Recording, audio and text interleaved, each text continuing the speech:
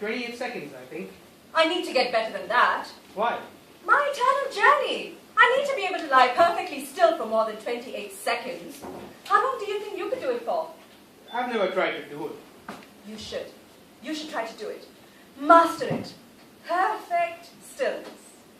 I don't want to do it. I have to work on this. I'll keep practicing. Where's that guy? Shouldn't he be here by now? Why are you in such a hurry? I'd be happy if I never saw him again. Not ever. Isn't that slightly unrealistic, sweetheart? If he did come back, I'm not sure I'm going to let him in. I've locked the door.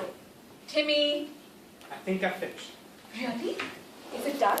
Are you sure? It's been difficult, but I think it's okay. Well done. I knew you could do it. Can I see? Is that normal? Is this normal? Okay, I'll read it out to you.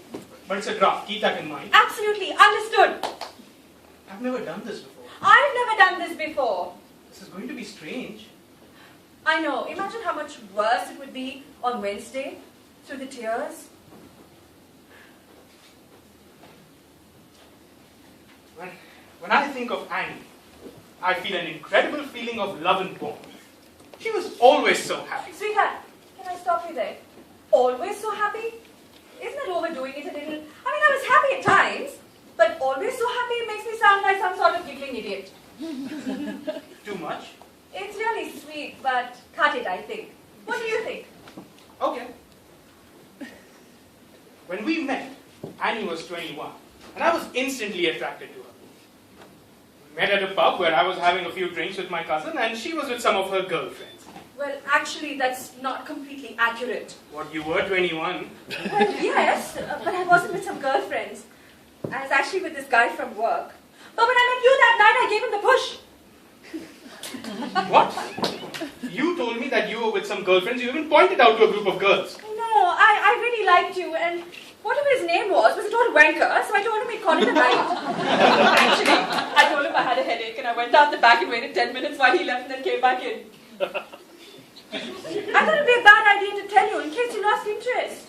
It didn't make me look very good. For all these years, you've been telling me that you were with some girlfriends that night. Timmy, it was a white lie.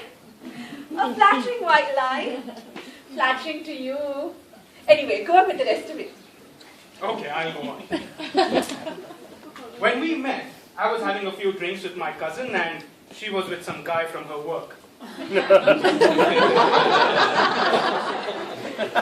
She was absolutely the most gorgeous girl I had ever seen. And from that night, we were never apart. You're not going to say never apart, are you? Tim, it's an exaggeration. We've been apart plenty of times in 12 years. Half the mourners are going to spend the next 10 minutes adding up the number of times they know we've been apart. It'll detract them from the impact of the entire eulogy. What then? How about rarely? We were rarely apart. Sounds better, romantic, but anchored in realism. Anything else? Don't be cranky. I'm just looking for factual accuracy. Okay, I'll move on to another part. Annie had so many interests, so many hobbies. She loved tennis, bushwalking, reading murder mysteries, listening to music, collecting teapots, I hope this wouldn't come up. I want us to go out in total honesty. I never liked collecting teapots.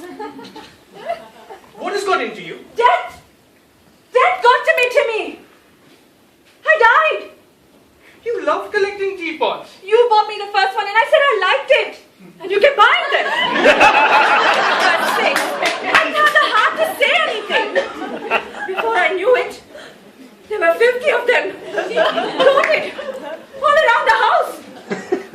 The low point is when you started telling other people to buy them. Because I thought you loved them. I don't want there to be any secrets. Not now.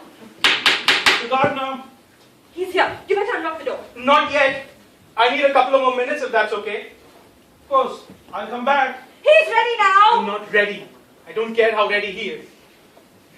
I can't do this. You can. Well, you keep saying that, but I'm not sure I can. Timmy.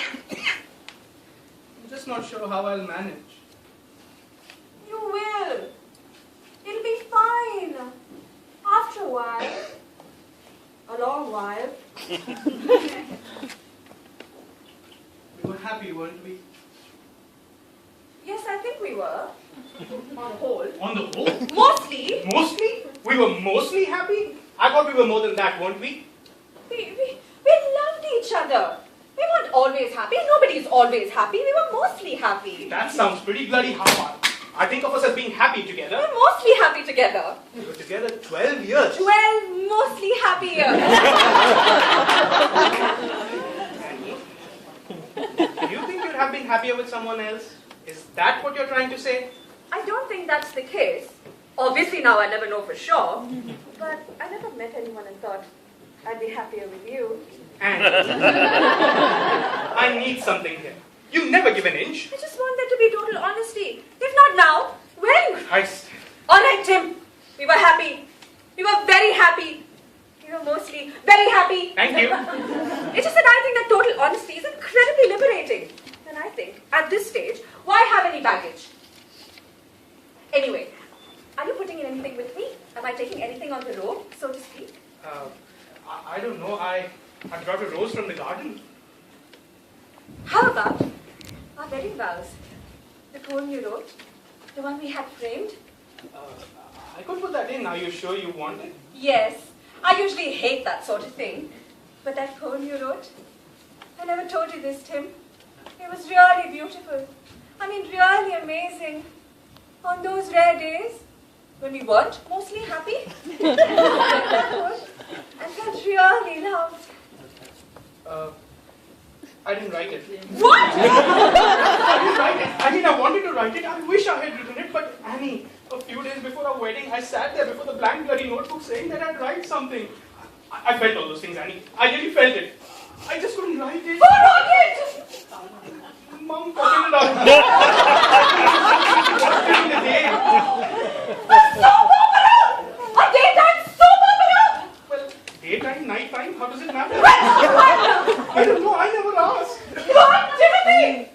Your mother wrote our wedding vows! Well, not wrote, copied. You said Vows that I absolutely treasured! Out of a soap opera! well, not all of it, just the recitation.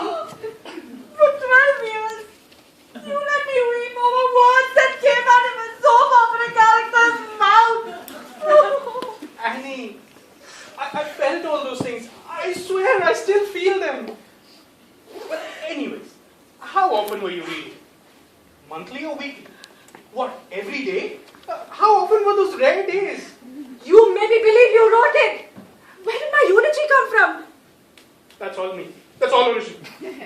Well, perhaps you better bring your mother before Wednesday. It's not up to your earlier standard. Well, I wish I hadn't said anything, but you said go out with no secrets. I know what I said. Well, no secrets? I can't win. Can I have a win, Annie? Win? I'd say given where we're at, I'm the loser here, wouldn't you? Anyway, should you let Harrison or whatever his name is in? Fine. Fine!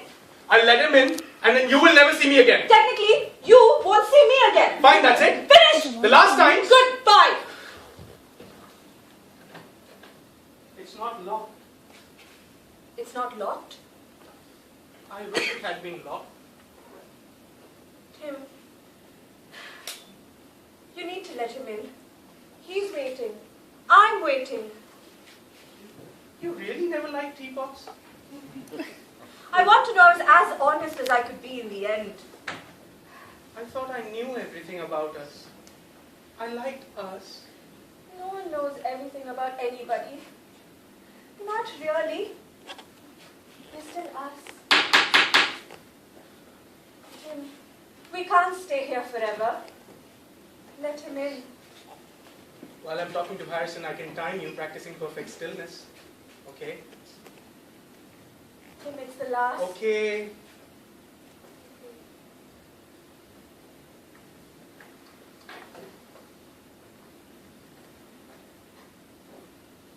Mr. Harrison, I'm ready now. Mr. Gardner. Tim, it's a terrible time. I know it's small consolation, but if I may say, your wife looks very lovely and peaceful. She does. She was beautiful. And happy. Always so happy. Do you mind if I ask how you met? No, not at all. We met at a pub where I was having a few drinks with my cousin and she was with some of her girlfriends. She was stunning. Absolutely gorgeous. And you know, from that night, we were never apart. Never apart. Not in 12 years.